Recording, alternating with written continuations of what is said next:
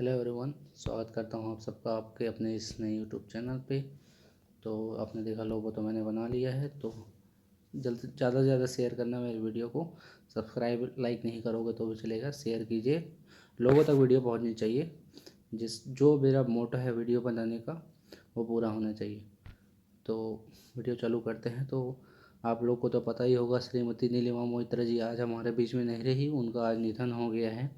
ये कठपुतली रंगमंच की एक कलाकार थी और हमारे माननीय मुख्यमंत्री भूपेश बघेल जी ने अपने ट्वीट करके इस पर अपना दुख व्यक्त किया है और उन्होंने कहा भी है कि आज एक अध्याय का अंत हो गया।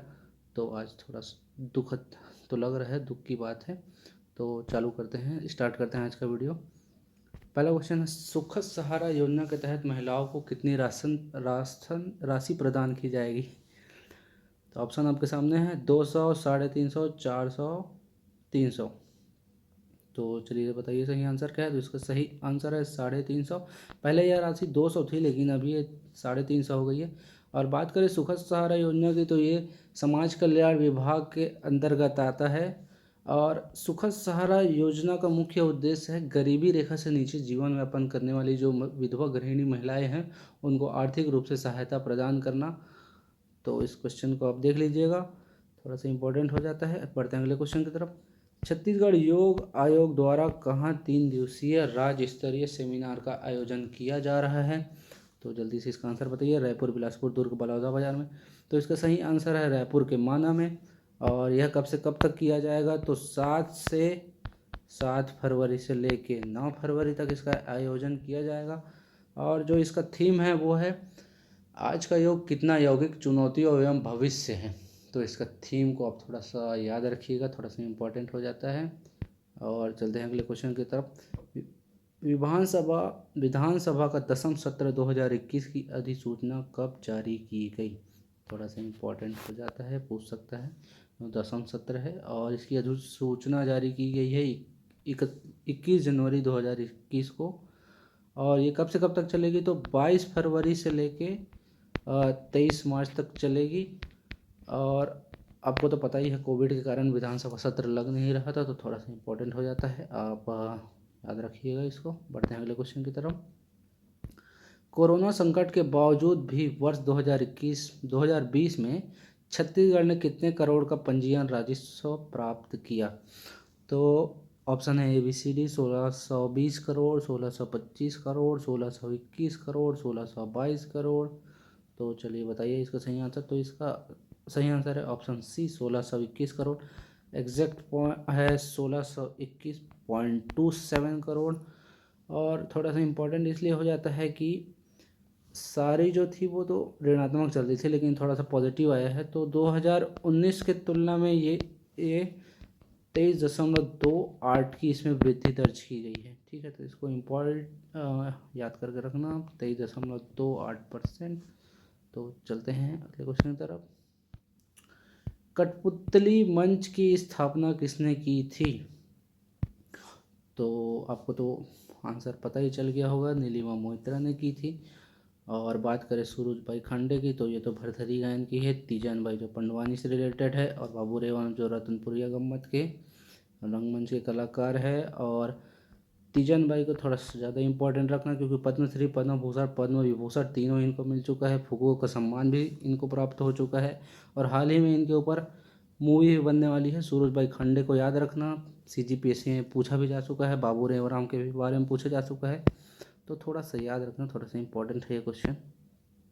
बढ़ते हैं अगले क्वेश्चन की तरफ। वेंकैया नायडू राष्ट्रीय जनजाति पर्व आदि महोत्सव 2021 का आयोजन कहाँ किया जा रहा है? तो वेंकैया नायडू आप तो जानते ही उपराष्ट्रपति है, और इसका चलिए आंसर बताइए। नई दिल्ली, गोवा, महाराष्ट्र, हैदराबाद।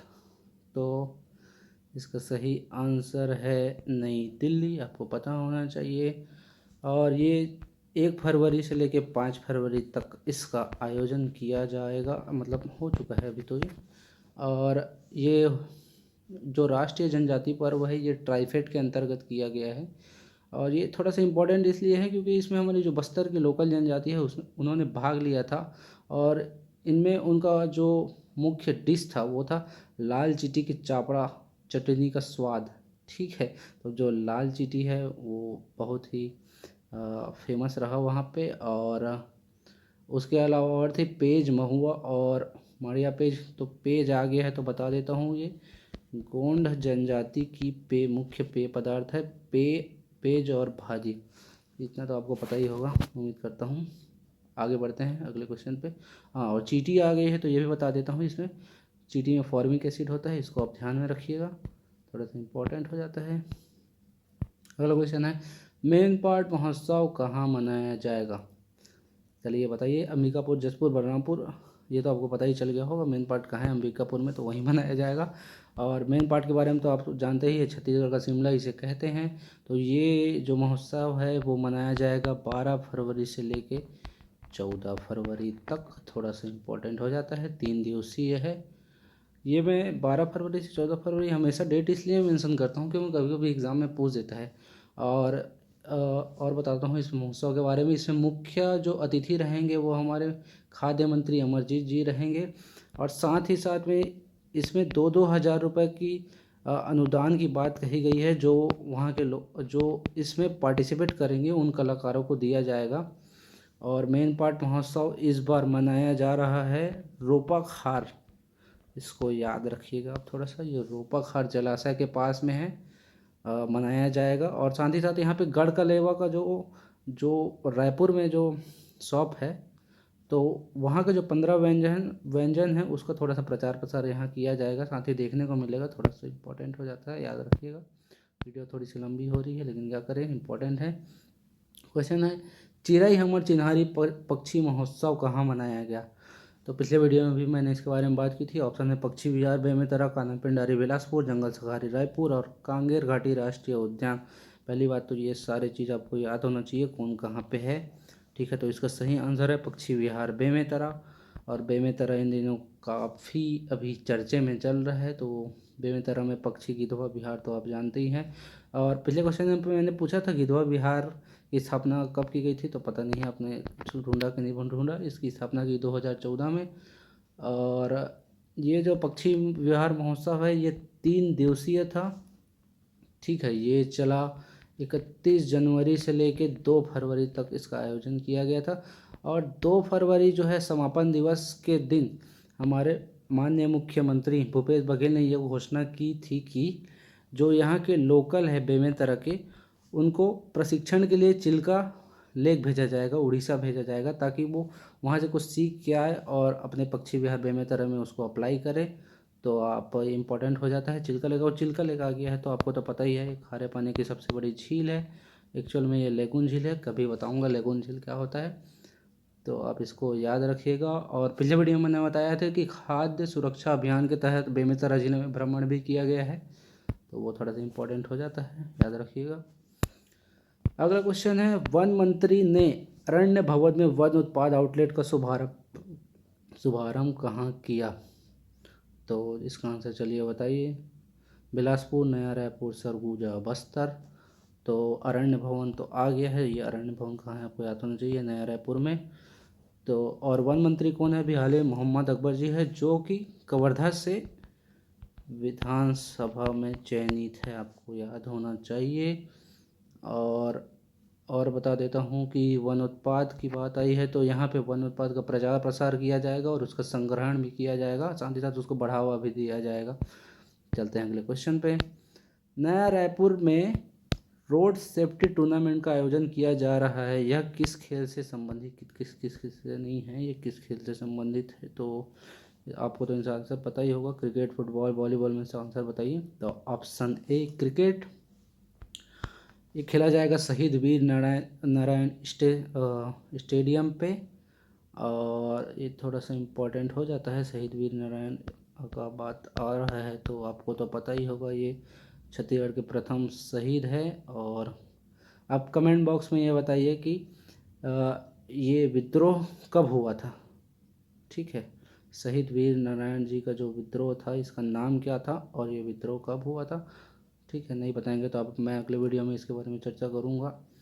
तो बढ़ते हैं अगले वीडियो की तरफ। हाँ, इसके बारे में और थोड़ी सी बात बता देता हूँ कि इसमें इंटरनेशनल क्रिकेटर बहुत सारे जो रिटायर हो चुके हैं वो सब पार्टिसिपेट करेंगे, जैसे कि सचिन तेंदुलकर, ब्रेन लारा, ये सब आएंगे तो थोड़ा सा इम्पोर्टेंट हो जाता है।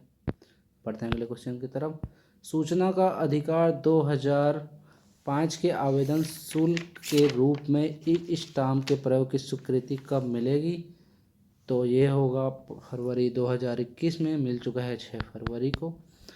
तो इस क्वेश्चन को बनाने का ये उद्देश्य था कि पहले ई स्टैम्प को स्वीकृति नहीं मिली थी, लेकिन अब मिल चुकी है, तो आप इसका उपयोग कर सकते हैं। तो बढ़ते हैं अगले क्वेश्चन की तरफ। अगला क्वेश्चन है, राजिम पुन्नी मेला का आयोजन कब किया जाता है? थोड़ा सा इम्पोर्टेंट क्वेश्चन हो जाता है, किसी भी एग्जाम में पूछा जाता है। तो चैत, बैसाख, माघ, आषाढ़, तो जल्दी से बताइएगा। तो इसका आंसर है माघ। माघ शिवरात्रि, माघ से लेकर शिवरात्रि तक 3 मेले का आयोजन किया जाता है। महाशिवरात्रि आपको तो पता ही होगा। एक है आपका राजिम हो गया, और एक हो गया शिवरी नारायण हो गया, और एक है क्या याद नहीं आ रहा है, सिरपुर। ठीक है। और इस बार जो है राजिम का पुन्नी मेला का आयोजन किया जा रहा है पैरी नदी के तट पर। तो पैरी नदी को आप थोड़ा सा याद रखिएगा। ठीक है, थोड़ा सा इम्पोर्टेंट हो जा रहा है। और चलते हैं अगले क्वेश्चन की तरफ। और बैसाख के बारे में, इसमें अक्षय तृतीया होता है, और बाकी बाद में बताऊंगा। चलते हैं अगले क्वेश्चन की। केंद्र ने छत्तीसगढ़ हाई कोर्ट में कितने नए जजों के नाम प्रस्तावित किए हैं? 2, 3, 1, 5। बहुत ही ज़्यादा इंपॉर्टेंट क्वेश्चन है। चलिए आंसर बताइए। 2, 3, 1, 5 में से सही आंसर है 2। अभी इनके नाम बता देता हूँ मैं आपको। इनके नाम हैं नरेश कुमार चंद्रवंशी, और एक का नाम है नरेंद्र कुमार व्यास।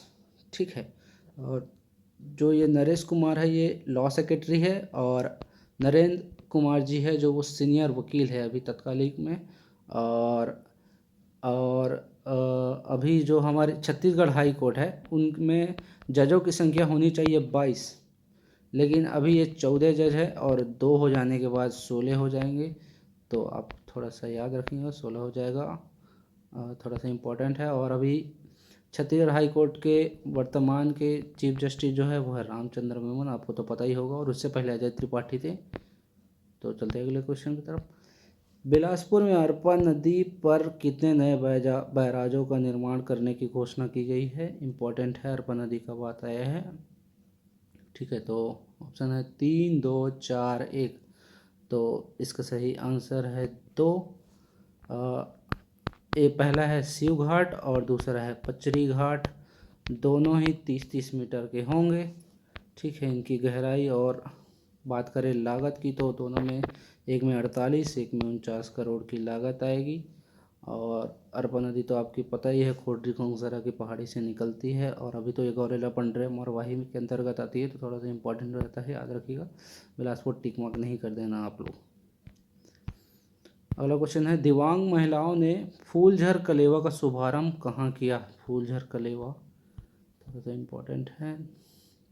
ऑप्शन है धमतरी, महासमुंद, बलौदा बाजार, रायपुर। तो जल्दी से इसका सही आंसर बताइए। तो इसका सही आंसर है महासमुंद। ठीक है। तो इसमें उतना कुछ बताने के लायक नहीं है। आपको तो गढ़कलेवा के बारे में पता ही होगा, जो रायपुर में है। और छत्तीसगढ़ सरकार ने गढ़कलेवा का तो जो संचालन है वो सभी राज्य में, सभी जिलों में स्टार्ट करने की बात कही है। तो ये जल्दी हो जाएगा। अगले क्वेश्चन की तरफ बढ़ते हैं। नीम गांव जलाशय कहाँ है? तो कुछ भी नया आता है तो ये आपके लिए इम्पोर्टेंट हो जाता है। तो ऑप्शन है जसपुर, सूरजपुर, बलरामपुर, सरगुजा। तो इसका आंसर बताइए आप लोग। तो ये है जसपुर में है। ये चर्चा में इसलिए है क्योंकि यहाँ पे प्रवासी पक्षी यहाँ पे आके निवास करते हैं, उसके बाद ये उड़ीसा की तरफ चले जाते हैं। तो अभी यहाँ पे इसको पर्यटक केंद्र के रूप में स्थापित करने की कोशिश किया जा रहा है, लेकिन ये स्थानीय गांव वालों के कारण नहीं हो पा रहा है। तो थोड़ा सा इम्पोर्टेंट है, याद रखिएगा कि प्रवासी पक्षियों के बारे में, जैसे गिधवा में होता है वहाँ भी, यहाँ भी हो सके इन फ्यूचर ये भी पक्षी बिहार की तरह निकल के सामने आए। अगला क्वेश्चन है, किसके द्वारा सुकमा जिले के 200 गांव में गैर परंपरागत स्रोत से बिजली पहुंचाने का कार्य किया जा रहा है? ऑप्शन है सौर ऊर्जा, पवन ऊर्जा, परमाणु ऊर्जा, और जल विद्युत ऊर्जा। तो सही आंसर बताइए। तो सही आंसर है सौर ऊर्जा, जिसके तहत 200 ग्राम लाभान्वित हो गए, और इसमें 150 तथा 200 वाट बिजली का संयंत्र इनको बांटे जा रहे हैं गांव वालों को। और जल विद्युत की बात करें तो हमारे छत्तीसगढ़ में तो 138 जो वाट है उसकी उपज की जाती है। पवन ऊर्जा हमारे छत्तीसगढ़ में बालोद में थी, जो अभी वर्तमान में बंद है। परमाणु ऊर्जा का तो कोई अभी स्थान नहीं है। और बात करते हैं तो ये किसके द्वारा प्रदान किया जा रहा है सौर ऊर्जा, तो क्रेडा के द्वारा। और क्रेडा पार्क हमारे बिलासपुर और रायपुर दोनों में स्थित है। तो आप ये सर्च कीजिएगा कि रायपुर और बिलासपुर के क्रेडा पार्क कब बने हैं एक्चुअल में, तो ये आपको याद हो जाएगा। तो आज के लिए तो वीडियो काफ़ी लंबा हो गया, तो थैंक यू सो मच देखने के लिए और शेयर कीजिएगा। So thank you so much.